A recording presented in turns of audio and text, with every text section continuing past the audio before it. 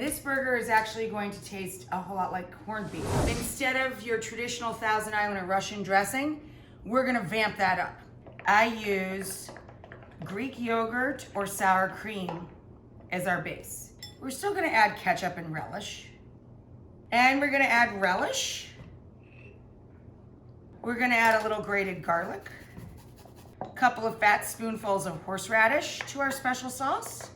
Always a little Worcestershire in our special sauce, a little coarse black pepper, and salt over the shoulder for luck, dill and chive. And that is some very special sauce. Phase 2 of the burger, you can make this out of ground sirloin, any mix of burger meat that you like, ground turkey. Ground chicken might be a little challenging because it's a little bit wetter than even ground turkey, but here's our burger patties. This is a kind of a fake out corned beef rub that I made for the burgers. Salt and pepper would be fine and delicious on the burgers. This happens to be a combination of all these things here. Salt and pepper, okay?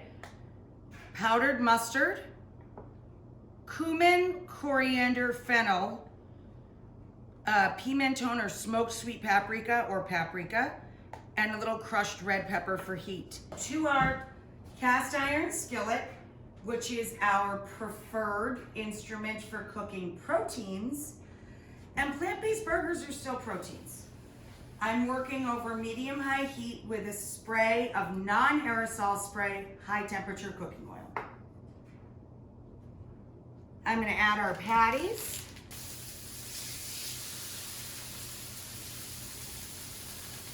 And we're gonna season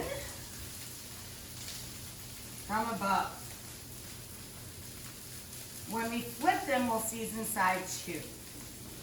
So we flipped our patties literally.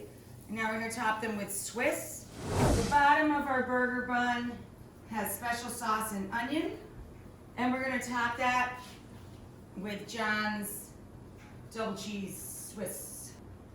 And then we're gonna top that with lettuce, and then we're gonna slather our bun top with extra special sauce. Woo-hoo!